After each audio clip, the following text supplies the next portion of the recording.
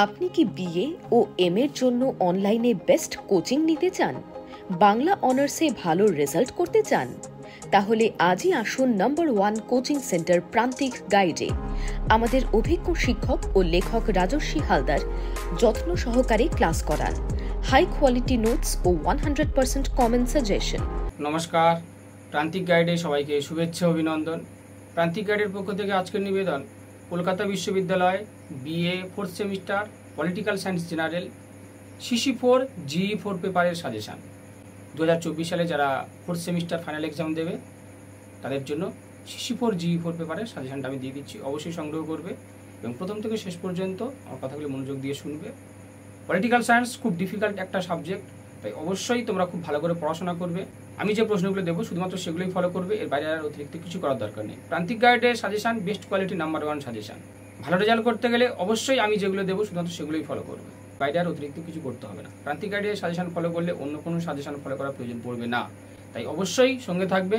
যারা চ্যানেলে নতুন, চ্যানেলটা সাবস্ক্রাইব করবে, বন্ধুদেরকে শেয়ার করবে। তোমাদের মডিউল 1 and 2 এই দুটো সিস্টেমে রয়েছে। মডিউল 1 থেকে যে কোশ্চেনগুলো দিচ্ছি সেই বলে যাবো, তোমরা লিখে নেবে, আর মডিউল 2 থেকেও দেবো, সেগুলো লিখে নেবে এবং শেষে আমি স্টার মেরে দেবো।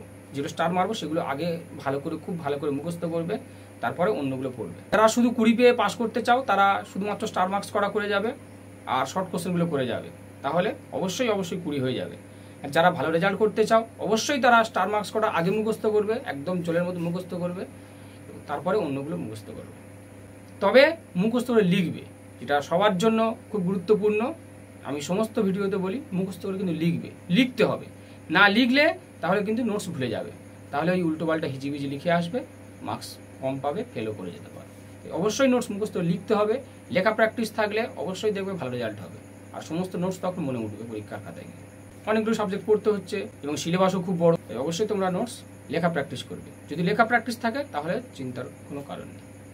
লিখে নেওয়া কোশ্চেনগুলো তোমাদের 15 নাম্বার আর 10 নাম্বারের বড় কোশ্চেন, তার জন্য আলাদা করে কিছু দিচ্ছি না, একসঙ্গে দিয়ে দিচ্ছি 15, 10 একই।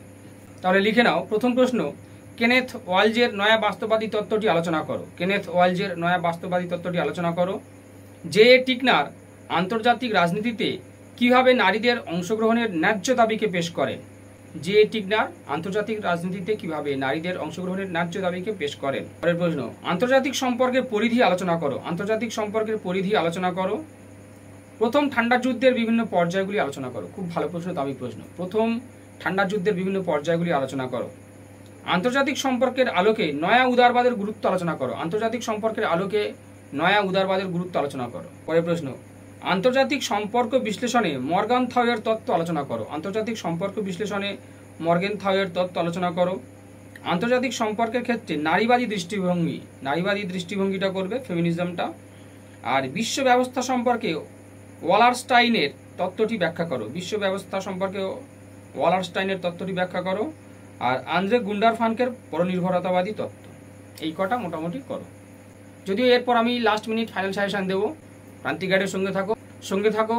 লাস্ট মিনিট ফাইনাল সাজেশান তোমরা অবশ্যই পাবে। আমি ঠিক সময়ে সঠিক সময় দিয়ে দেবো লাস্ট মিনিট ফাইনাল সাজেশান, সঙ্গে থাকবে। তাও বলছি এখান থেকে স্টার মেরে নাও। জে টিকনার আন্তর্জাতিক রাজনীতিতে কিভাবে নারীদের অংশগ্রহণের ন্যায্য দাবিকে পেশ করেন। জে টিকনারটা করবে। প্রথম ঠান্ডা যুদ্ধের বিভিন্ন পর্যায়গুলি করবে, আর নয়া উদারবাদী তত্ত্ব, এই তিনটে। আর কেনেথ ওয়ালজটা একটু দেখে রাখবে। এই তিনটে যেটা বললাম খুব ভালো করে করবে। আর মর্গানথাউটা ভালো করে করবে। আর বিশ্ব ব্যবস্থা সম্পর্কে ওয়ালারস্টাইনের তত্ত্ব, এটা স্টার মেরে রাখো অল্প করে। মোটামুটি গোটা চারেক যে কটা খুব ভালো করে বললাম সে কটা করো, আর গোটা দিয়ে মোটামুটি করে করো। আরগুলো একটু দেখে যাও, জাস্ট রিডিং দিয়ে রাখো, আর কিছু করতে হবে না। এবার যাও মডিউল 2 থেকে করবে। একবিংশ শতাব্দীতে আন্তর্জাতিক রাজনীতিতে রাশিয়ার ভূমিকা আলোচনা করো। একবিংশ শতাব্দীতে আন্তর্জাতিক রাজনীতিতে রাশিয়ার ভূমিকা আলোচনা করো। ভারতের পররাষ্ট্রনীতিতে জোট নিরপেক্ষ নীতির গুরুত্ব আলোচনা করো। ভারতের পররাষ্ট্রনীতিতে জোট নিরপেক্ষ নীতির গুরুত্ব আলোচনা করো। ভারতের পররাষ্ট্রনীতি বা বিদেশ নীতির মূল বৈশিষ্ট্যগুলি আলোচনা করো। ভারতের পররাষ্ট্রনীতি বা বিদেশ নীতির মূল বৈশিষ্ট্যগুলি আলোচনা করো। পরের প্রশ্ন, ঠান্ডা যুদ্ধোত্তর পরিস্থিতিতে আন্তর্জাতিক রাজনীতির প্রকৃতি পর্যালোচনা করো। ঠান্ডা যুদ্ধোত্তর পরিস্থিতিতে আন্তর্জাতিক রাজনীতির প্রকৃতি পর্যালোচনা করো। পরের প্রশ্ন, আন্তর্জাতিক রাজনীতির প্রেক্ষিতে ইউরোপিয়ান ইউনিয়নের বিকাশের ধারা। আন্তর্জাতিক রাজনীতির প্রেক্ষিতে ইউরোপিয়ান ইউনিয়নের বিকাশের ধারা আলোচনা করো। আর ভারতের পররাষ্ট্রনীতির অন্যতম নির্ণায়ক রূপে ইতিহাস, অর্থনীতি ও আদর্শের গুরুত্ব মূল্যায়ন করো। ভারতের পররাষ্ট্রনীতির অন্যতম নির্ণায়ক রূপে ইতিহাস, অর্থনীতি ও আদর্শের গুরুত্ব মূল্যায়ন করো। এই কটা এখান থেকে তাও স্টার মেরে নাও তোমরা।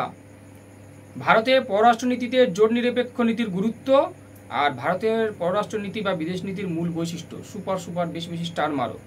আর ঠান্ডা যুদ্ধোত্তর পরিস্থিতিতে আন্তর্জাতিক রাজনীতির প্রকৃতি, আর একবিংশ শতাব্দীতে আন্তর্জাতিক রাজনীতিতে রাশিয়ার ভূমিকা। এই 4টে কোশ্চেন খুব ভালো করে করো, খুব ভালো করে মুখস্থ করো এই 4টে কোশ্চেন।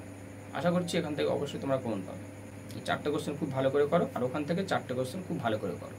তারপরে অন্যগুলো পড়বে, অন্যগুলো মুখস্থ করবে। আগে যে কটা দিলাম স্টার মেরে সেই কটা করো।